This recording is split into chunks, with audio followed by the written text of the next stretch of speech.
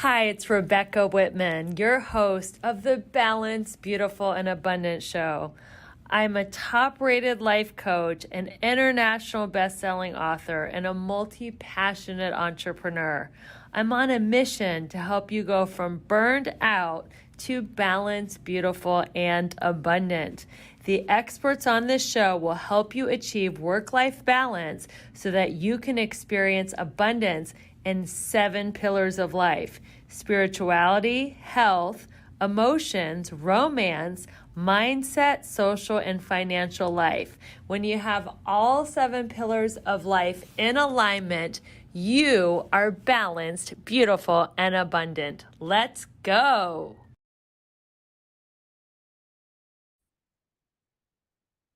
Welcome, everyone, to the Balanced, Beautiful, and Abundant Show. My name is Rebecca Whitman, helping you go from burned out and overwhelmed to balanced, beautiful, and abundant. We are the top 1% rated show in self-help. Thanks to everyone here listening, subscribing, sharing. Thank you so much for supporting the show. And we are so excited to have a special guest here. His name is Joel Zuckerman, and he teaches all about the importance of gratitude. Welcome to the show, Joel. Thank you, Miss Rebecca. It's my pleasure. I'm grateful to be here. I am grateful you're here. Let me tell my audience about your amazing background. So, Joel is the author of 9 books, including the book called Grateful. He has won 3 book awards as a golf and travel writer. He has written over 1,000 stories in over 100 magazines and websites, including Sports Illustrated. As a professional speaker, he has entertained audiences on cruise ships, conferences, and corporate retreats. Since 2013, Joel has written over 240 letters of gratitude to individuals near and far. His focus on gratitude and appreciation has helped him make profound changes in his life. He teaches how gratitude for others can result in deep and lasting benefits. So, Joel, tell us a little bit about your journey. Where were you, and what was that turning point where you realized that gratitude was the key to unlocking happiness in life? Wow, that resume sounds so impressive. Is that really me? It is. It Okay. is, unless, it's not you, but yeah, it is. I think it's you. It's not embellished. It's not embellished at all. So, Miss Rebecca, thank you again for having me. You This are has been a welcome. very, very interesting journey. So, the long and the short of it is, I was a very prolific writer for many years, 25 years, and got lucky writing books. Books got attention. I was asked to speak at events. I have a natural affinity to speak in front of an audience, hopefully on a podcast. That'll be your judgment at the end. And in 2013, I wrote what was my first letter of gratitude. Now, first question I get asked, what is a letter of gratitude? A letter of gratitude, Miss Rebecca, is like a thank you note, but instead of thanking someone for a gift or a party or a dinner, I am thanking them for being themselves. It's a letter of gratitude. I'm grateful to you for our relationship, whatever that relationship might be. I wrote that letter in 2013 on a lark. I read about the concept in a book, and I wrote the letter as an intellectual exercise. Let me see if I can do this. Let me write a letter of gratitude. I wrote it to a friend of mine, a business mentor and associate. But what got me on this journey is I had no idea that writing that letter would make me feel such a feeling of warmth and accomplishment.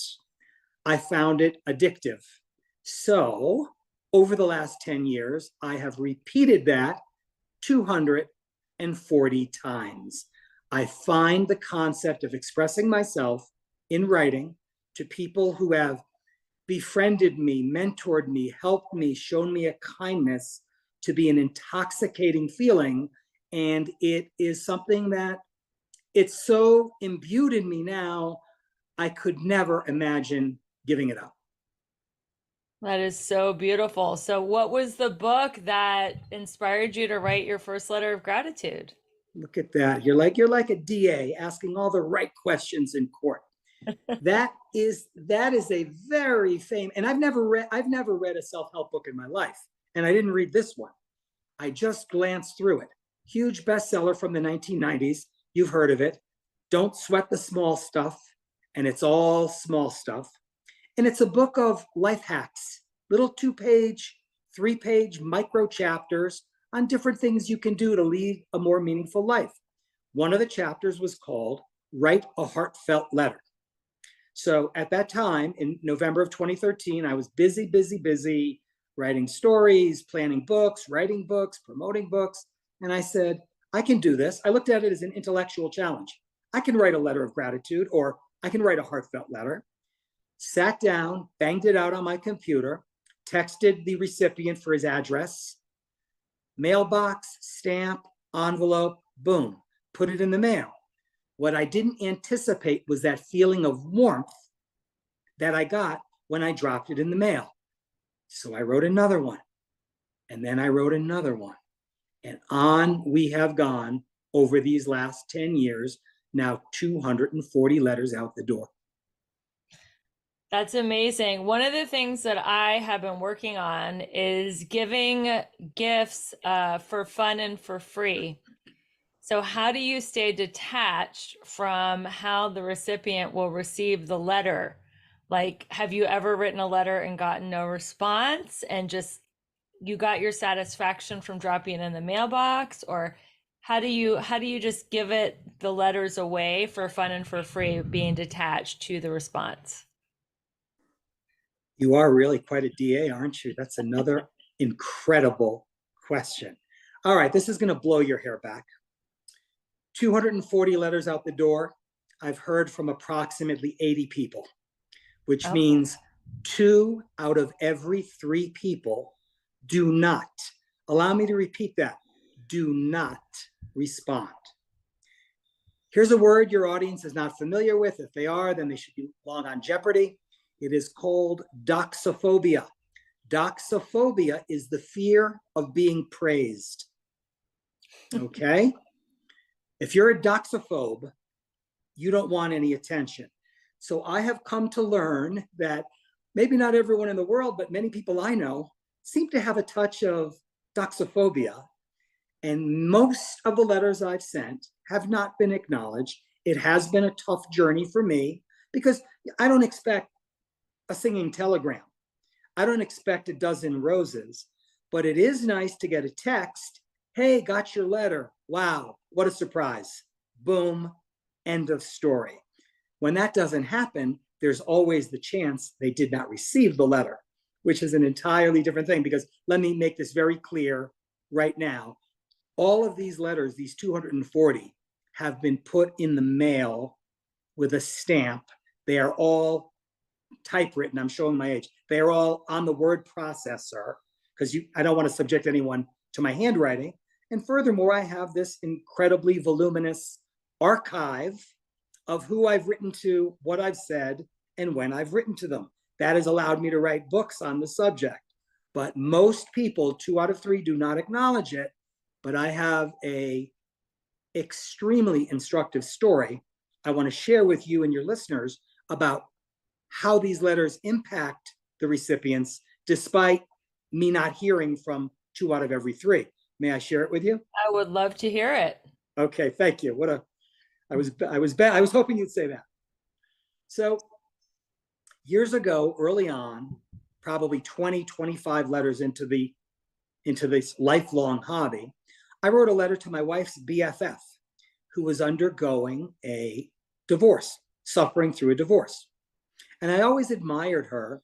And I wrote her a letter of gratitude / admiration, telling her that I thought she was a rock.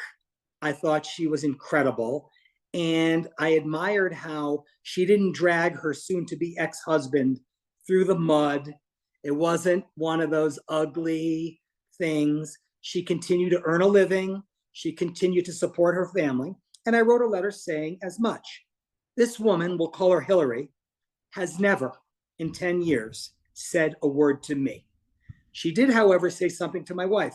She used an expression I've never heard before or since. She said, Joel's letter took my knees out from under me, which is as potent a way of saying that even if people, for whatever reason they choose, don't acknowledge the letter, does not mean it doesn't have profound impact.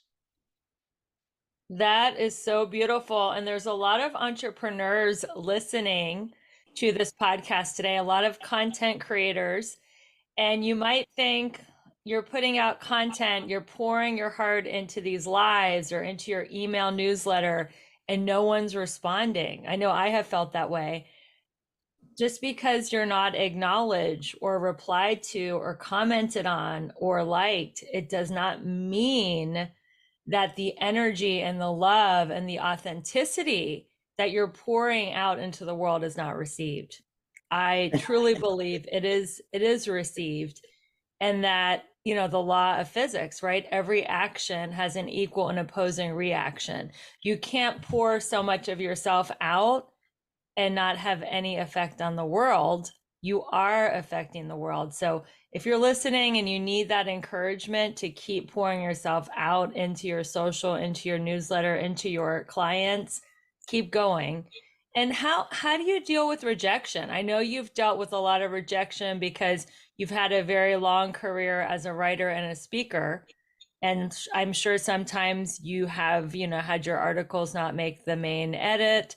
How do you deal with rejection? Like everybody else, poorly. Yeah. Uh, that's a good question. At this stage of the game, let me answer this in a roundabout way, Miss Rebecca. It's been a long, let's just keep it on letters of gratitude. It's Sure. a hard lesson when it's hurtful to a slight degree when you don't get a response. Let me reiterate. I don't expect a letter of gratitude back for my letter of gratitude. Okay. It is nice if someone picks up the phone or worst case, email, text, got your letter.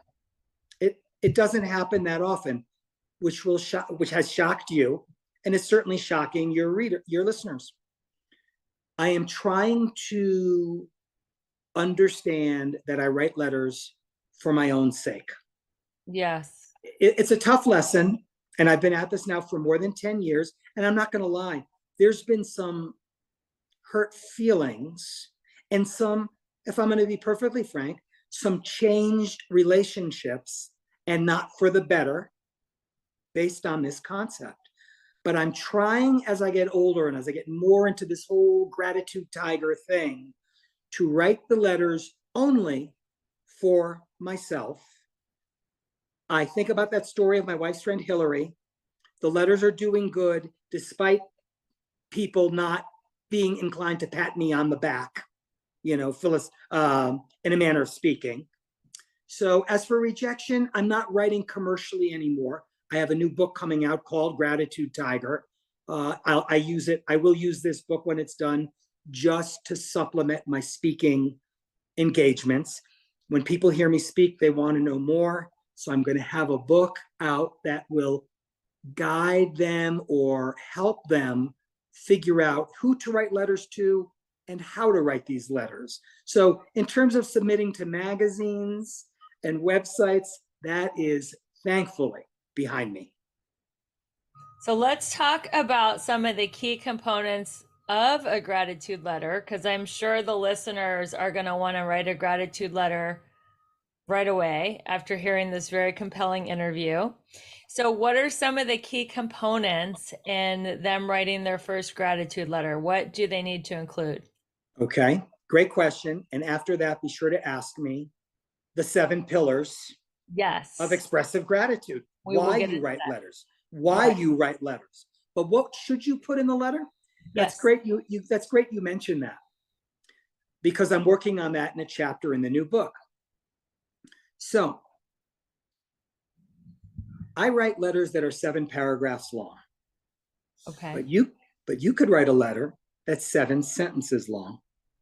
And if you are extremely taciturn, if you are not one to wear your heart on your sleeve, You could write a letter of gratitude that is 7 words long.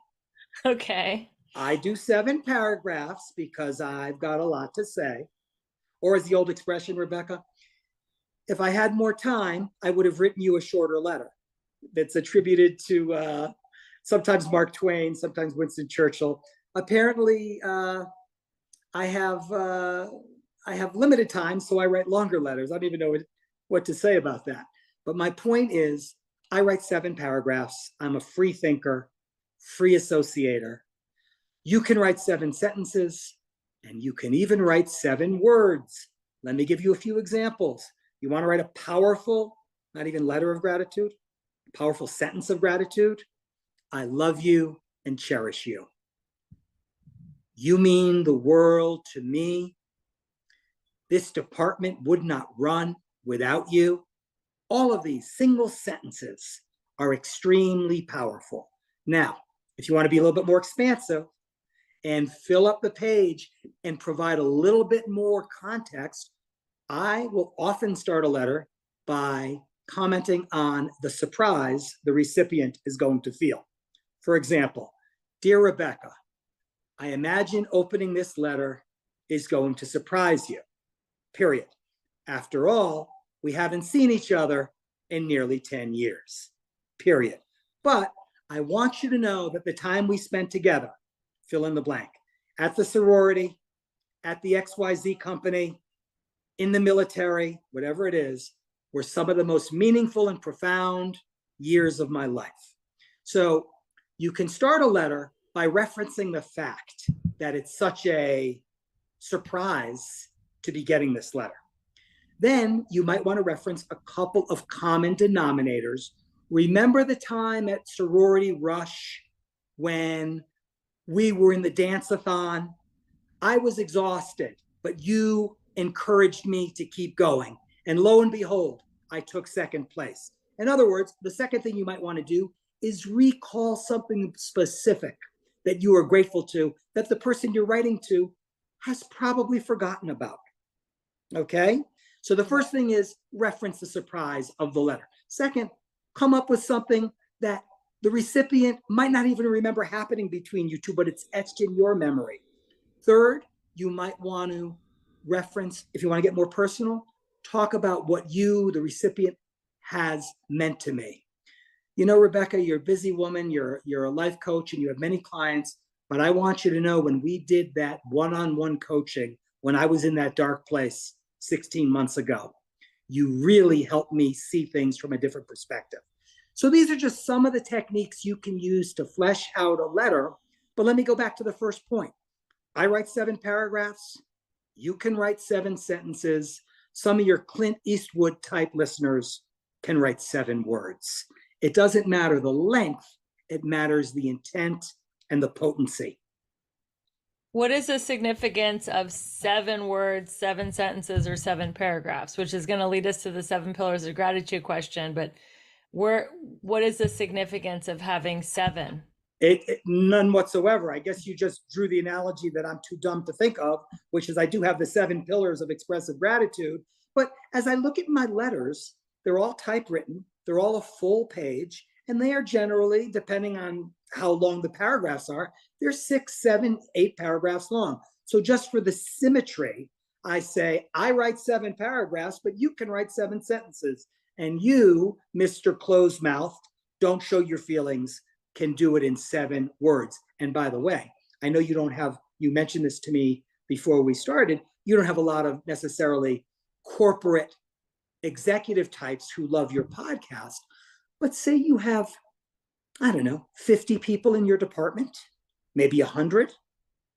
You can't wax rhapsodic to all of them at Christmas time with a long, involved letter, not to mention you don't know all of them that well. So if you're going to sit down and knock out a bunch of thank you cards, you can do it in 1 sentence.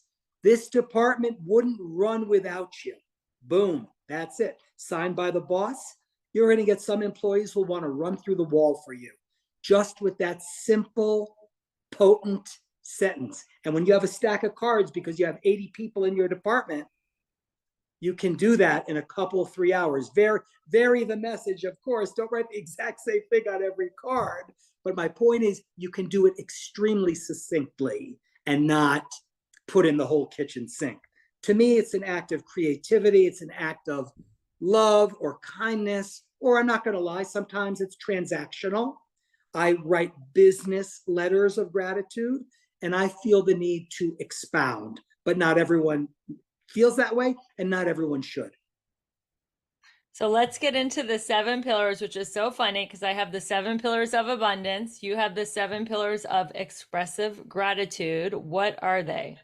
And I will tell you the subtitle, 7 Pillars of Expressive Gratitude, or The Magnificent 7 Reasons Why Writing Letters of Gratitude Will Change Your Life. All Reason right. number one, pillar number one, is probably the most important. It makes you, the letter writer, feel good. Which is why I've slowly come to the point that if I don't hear back from the individual I wrote to, it doesn't matter as much because I'm writing the letters for myself. The reason I have written 240 letters of gratitude is because it makes me, the writer, feel good. It's a little bit like helping an elderly person or a differently able person cross the street. It's a little bit, Rebecca, like giving precise directions to a frazzled passerby. It's a little bit like both of those things, but it's much, much more. When you put a letter of gratitude in the mail, you're going to get a feeling of warmth and accomplishment that your podcast could be 2 hours long, and I could keep trying to explain it to you, but until you do it, you won't know the exact feeling of writing that letter. You get 3 hits of dopamine when you write a letter of gratitude. The first is when you identify who you're going to write to.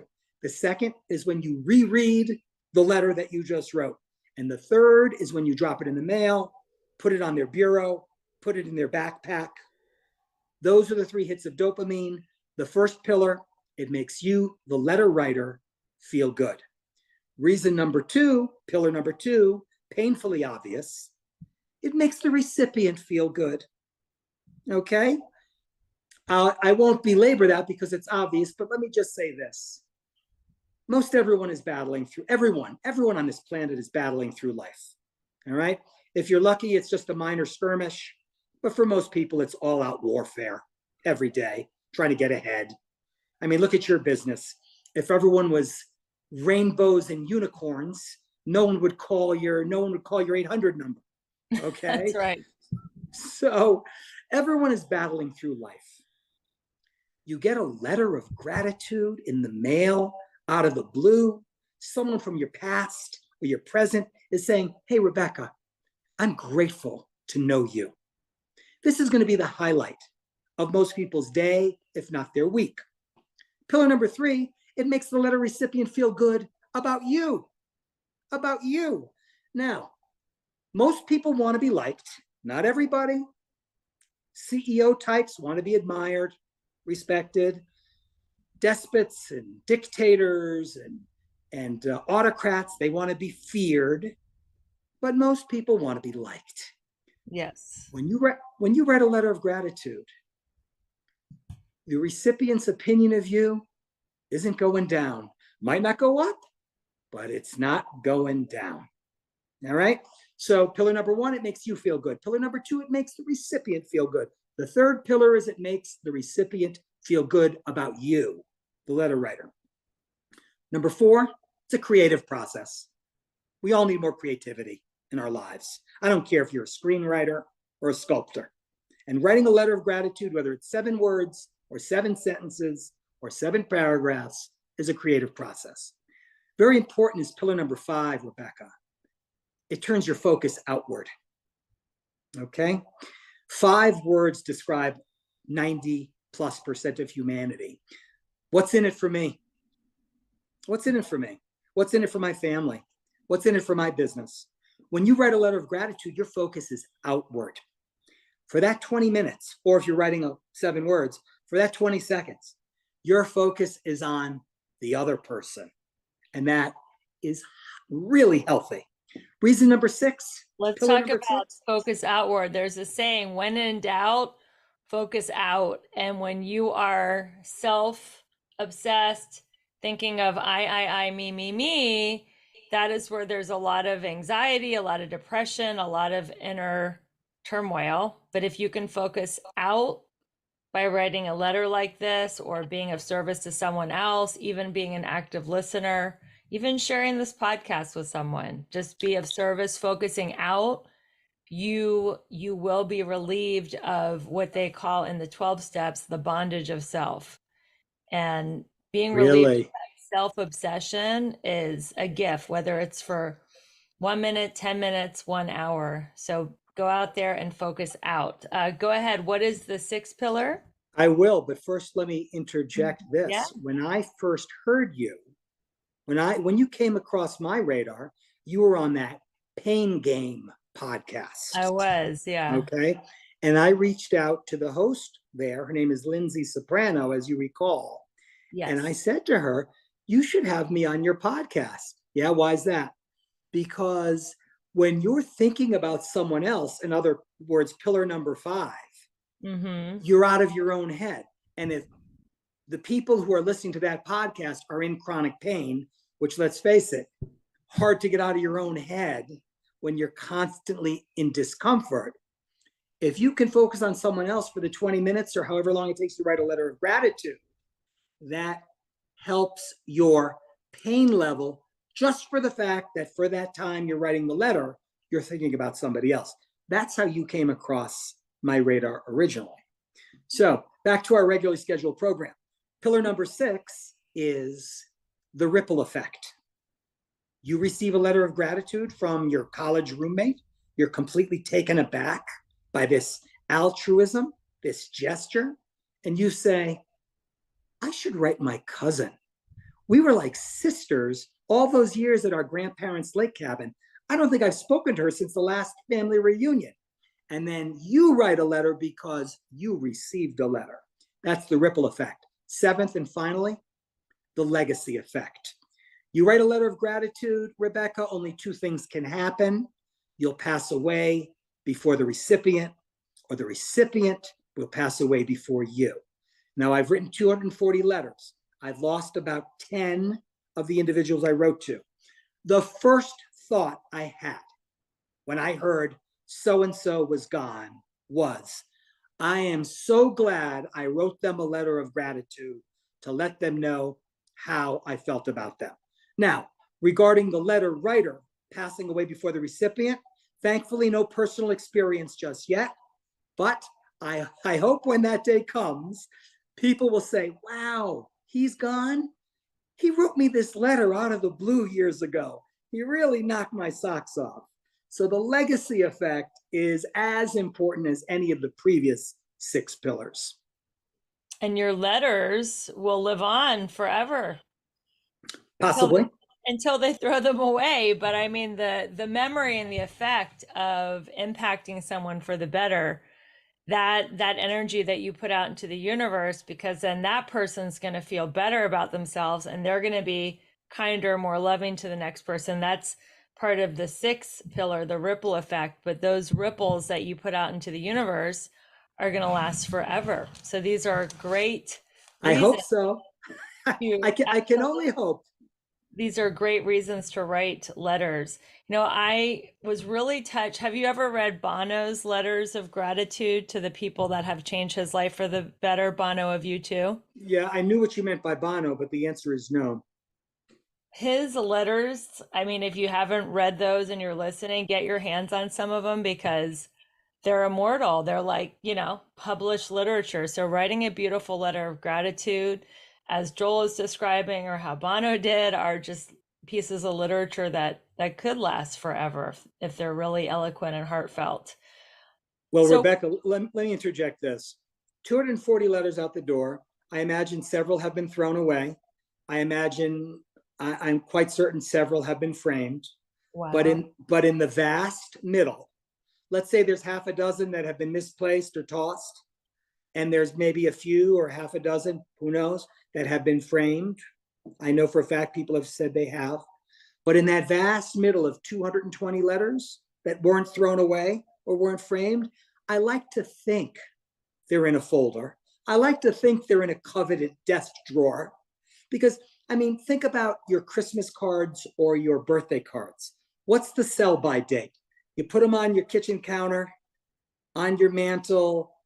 Most people, I don't know, the Christmas time's different because you have it on the mantle, all your Christmas cards for a while. You get a birthday card in the mail from your Aunt Edna. How long are you supposed to keep it before you toss it, right? Is it 2 days? Is it 4 days?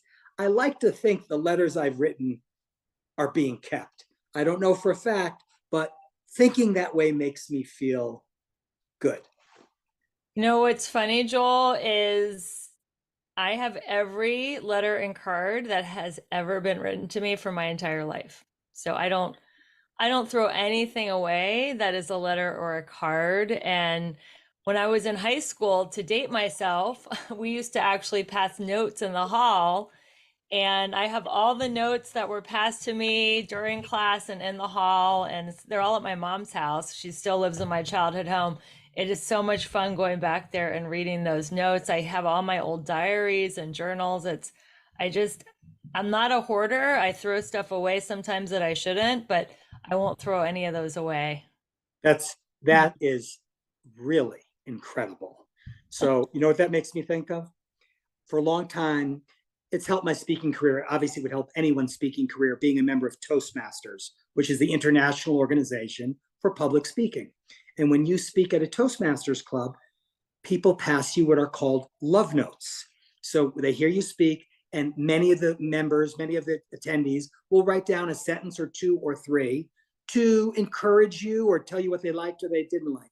I used to speak often at Toastmasters, won plenty of competitions, and I used to get love notes that were really quite, well, as the name implies, really quite lovely. But I never kept them.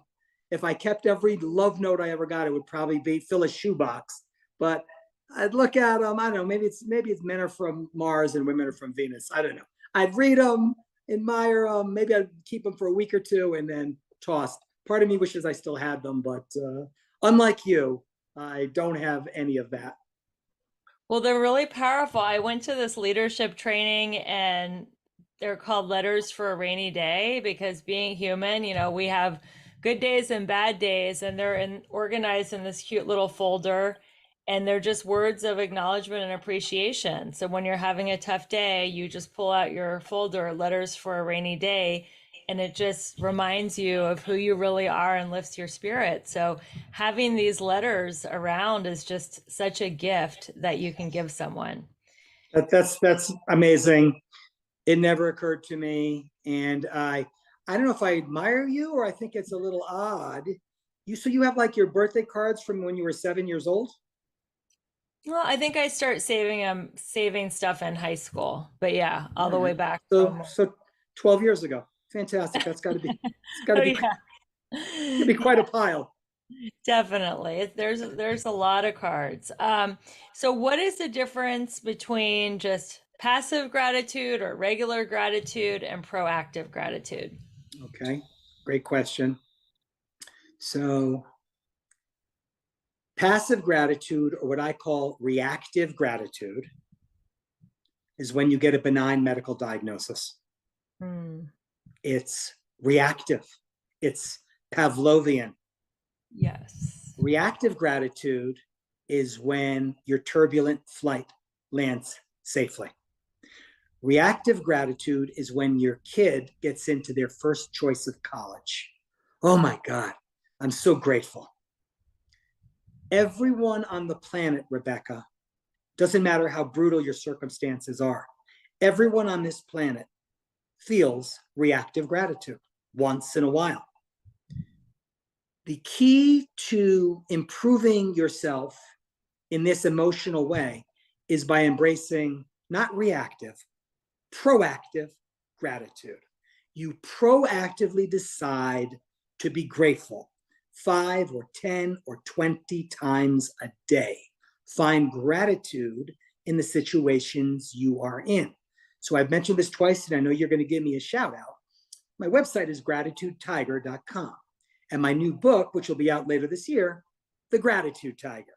And people assume because I was in the golf business, right through Tiger's from the day he turned pro until now, they assume, and I've known in that world, I had a reasonably prolific career that has something to do with Tiger Woods, but it doesn't.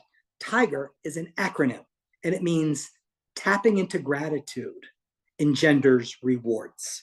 Ooh, It's a you fancy guys way of hear that? saying Tapping into gratitude engenders reward. engenders. You Love have it. to tap into gratitude 20 times a day. Whatever circumstance you're in, there's something to be grateful for. When you tap into that gratitude, it will engender rewards. Rebecca, it's a fancy way of saying it's better to give than to receive. When you give gratitude, you, the person giving gratitude, will be rewarded for doing so. Now, my letter writing hobby is a manifestation of Tiger. I tap into gratitude by writing letters. But if I've written 200, how many days are there in 10 years? 3,600 days, and I've written 200 letters.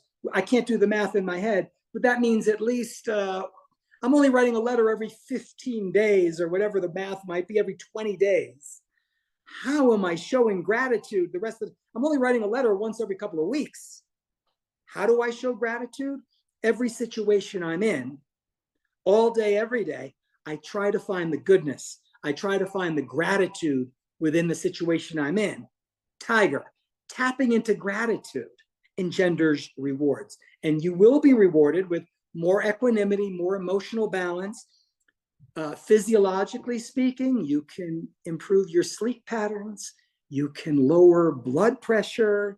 You can lower stress levels by concentrating on gratitude. And as I said a minute ago, if you're someone who's in chronic pain, when you're thinking about things you are grateful for, when you are thinking about other people to whom you feel grateful, it helps take your focus off your own problems.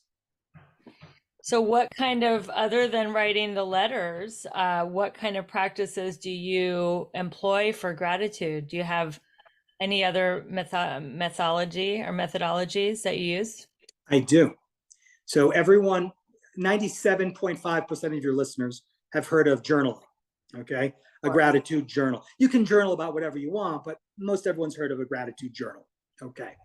There's something like a gratitude journal called the gratitude jar. You have a jar, instead of a piggy bank in coins, you have a glass jar and index cards. Write down thoughts of gratitude, date them, throw them in the jar once a month, dump it out, and recall things you would have otherwise forgotten about that you were grateful for on any given day.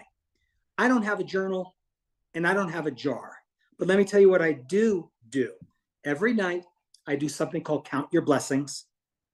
I get into bed and I recount things that day chronologically from the beginning of the day till the end that I am grateful for. Not big things like, oh, I'm grateful I have a home.